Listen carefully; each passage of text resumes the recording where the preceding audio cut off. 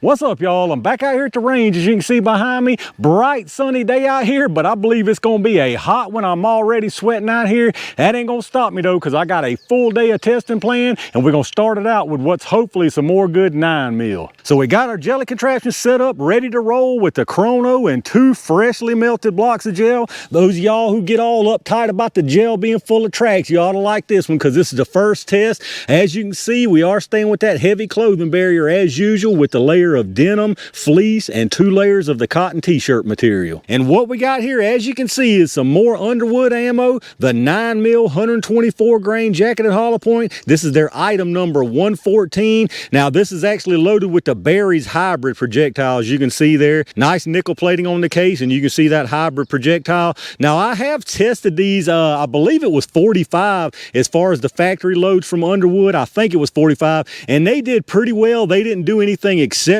but they did pretty well. And I've also tested these hand loaded by Jamie. He sent me some. I think those were 147s. Now those didn't do too well at all, but he also, I believe he sent me some 124s that I hadn't retested yet. So this ought to be an interesting test to see what these 124s do loaded by Underwood. Now the box is saying 1150 feet per second, so there's no excuse if it hits close to those speeds for this stuff not to open. And I'm gonna run them out of a couple different barrel lengths. For the shorter one, we got my EDC, the Canik Mete MC9 with a 3-inch barrel, 3.1 technically, but we'll call it 3-inch. And then for the longer one, we got the Glock 17 Gen 4 with the 4.5-inch barrel. I'm very curious to see what these things do myself, just because I've tested them in the past and had so-so results, and the fact that my local shop's got a pile of these things. So let me get this stuff set up and let's see what they can do. All right, let's get us some speeds on this stuff, y'all. I'm gonna do a 5-round average from each barrel length, starting with this 3-inch Mete first. Now, if you're not familiar with this lab radar that I use, you're gonna see multiple readings on this thing. The large number is gonna be your muzzle velocity, and then you'll have 5 smaller numbers at the bottom.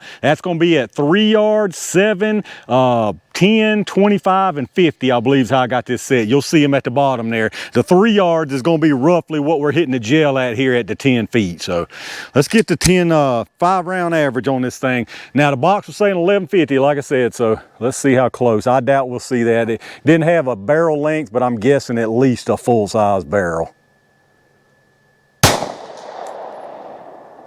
1082, 1066, 1040, 1065, and 1075, so definitely not the 1150, and it seems like our spread was a little wide there. Let's check out that data. All right, so the 5-round average on that was 1,066 feet per second. Extreme spread was 42, and our standard deviation was 15.7. So like I said, a little bit big of a spread right there, but let's get it reset and see what the G17 does with it. All right, same deal, 5 rounds from the G17. Let's see how close we get to the 1150 with this longer barrel. 1137, 1139, 1142, 1170,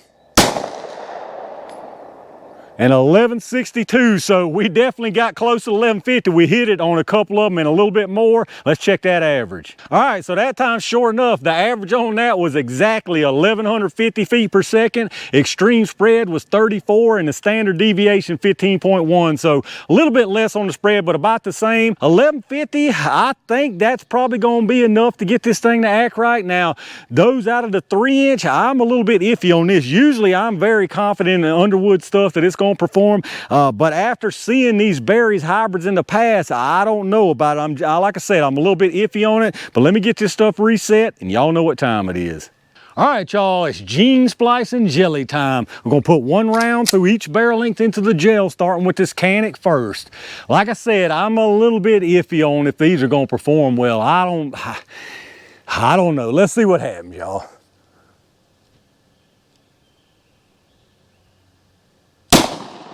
All right, that should have been a nice hit right there. Let me go make sure it didn't come out.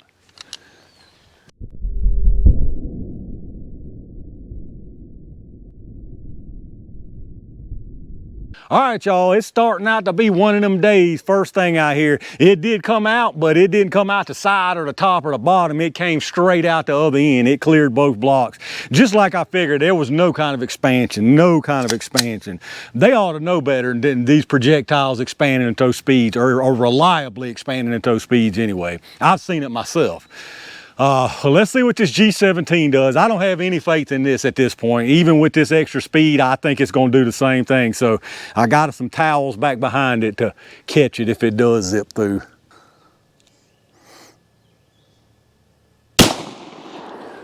All right, I'm pretty sure I saw the towels move down there. Let's go check it out.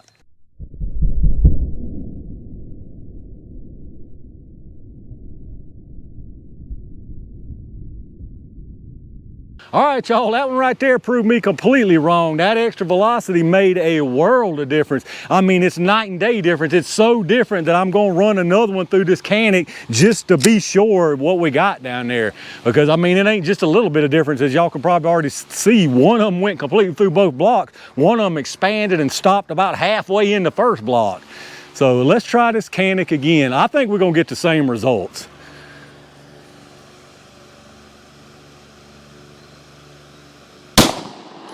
All right, I'm pretty sure I saw the towel move on that one. Let's go check out what we got.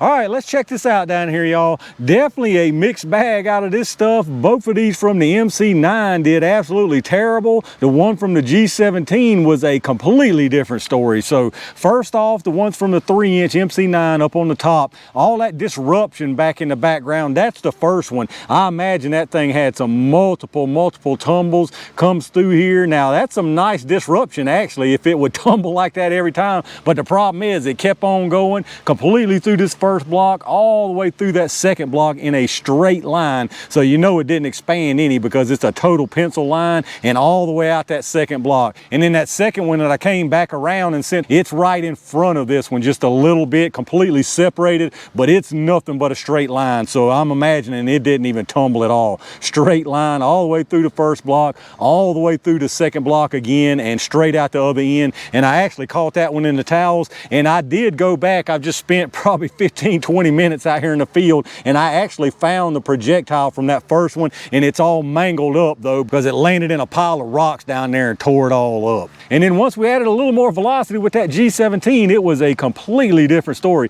It's almost hard to believe what a night and day difference there is between this stuff. As you can see, got some pretty good disruption there, nothing crazy.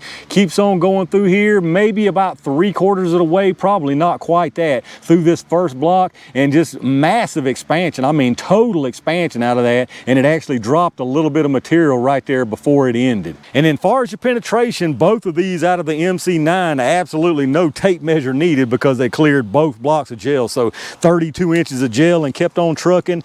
Now this one here from the G17, it's actually at 11.5 inches. So this one stopped short of what I would want. Both of these didn't have any kind of expansion and kept on trucking into the wild blue yonder. Here's you an overhead look. Now both of these, the first two up top, that was the first one from the MC9, and then that was the third round I took, but that was the second one from the MC9.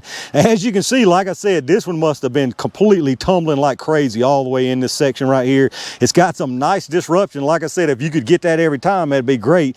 But then the other one, you can see nothing but a pencil line. And we'll follow both of them here all the way through that first block, all the way through the second block, and right out the end right there. 2 exits. And then a little bit closer look down here on the G17. Like I said, completely different story. I mean, you can see right there, that thing's just got total expansion on it, but it stopped short of what I would like to see for penetration. All right, let's check out these projectiles, y'all. If this right here ain't a night and day difference, I don't know what is. So obviously this right here was the MC9 and this one was the G17. As you can see, the MC9, absolutely no expansion at all. Now this one right here is the other one. This was the first one that went out the end of both blocks. As you can see, there was no kind of expansion at all. I just wanted to show y'all that it didn't even attempt to expand. It's all tore up, like I say, because I found it in some rocks down there.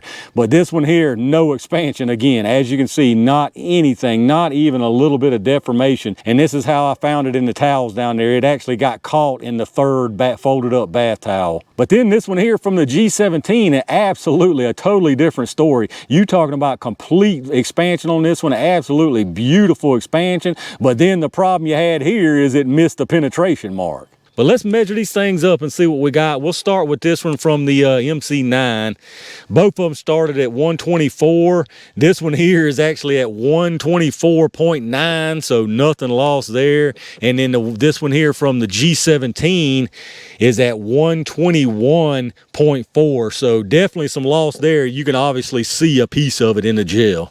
Now, as far as the size, there's not much to see on this one here, but we'll measure anyway. The base is 356 and the length is 535. And then this one here from the G17, it's going to be a big difference between sides that I measure, but this short side here, you got 509, and then the long way here, you got 758. So like I said, absolutely incredible expansion on this one from the G17, but again, the penetration suffered because of it. And there you have it, y'all. This one right here was short and sweet, but not a whole lot else to say about this. In my opinion, both of these right here are a no-go for me. There's no way. This one right here was not moving fast enough. This one right here, I would say, was maybe moving a little too fast for this projectile because it started fragmenting. It got so much expansion that the penetration suffered on it. Obviously, this right here was way over penetration and no kind of expansion. This one right here, again, just plenty of expansion and under penetration. So unless you're trying to get these to meet some absolute sweet spot for a barrel length right in between these,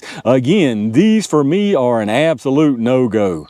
All right, y'all, I'm gonna call it right there for what, in my opinion, was a terrible first test of the day. I had a feeling this was gonna be one load from Underwood that wasn't gonna give us that nice performance we're used to seeing from Underwood for sure. These projectiles just ain't it. Now, if you had the magic barrel length, like I say, and had that velocity right on the money, it looks like to me they would do a great job if you could get them things exactly right. But who in the world is gonna be able to take the time and just, you know, little bit of variances here and there, even as far as weather, if they're that sensitive to speed, I don't want any part of these things personally. It's really disappointing to see Underwood even go with something like this. You know, they stopped using the gold dots not long ago for whatever the reason. Some people said it was a supply issue. Maybe that was the case. As of now, I don't know what the issue is. If this is a permanent thing where they're no longer loading gold dots and this was their try at maybe a bonded type of round to replace that. But if that is the idea here, I can tell you right now, in my opinion, that's a terrible idea. But let me know what y'all think about the performance you saw from them out here today. I can pretty much guarantee that none of y'all is going to be okay with what happened out of the MC9 with total pass-through. But is anybody out there okay with what you saw from this G17? Now,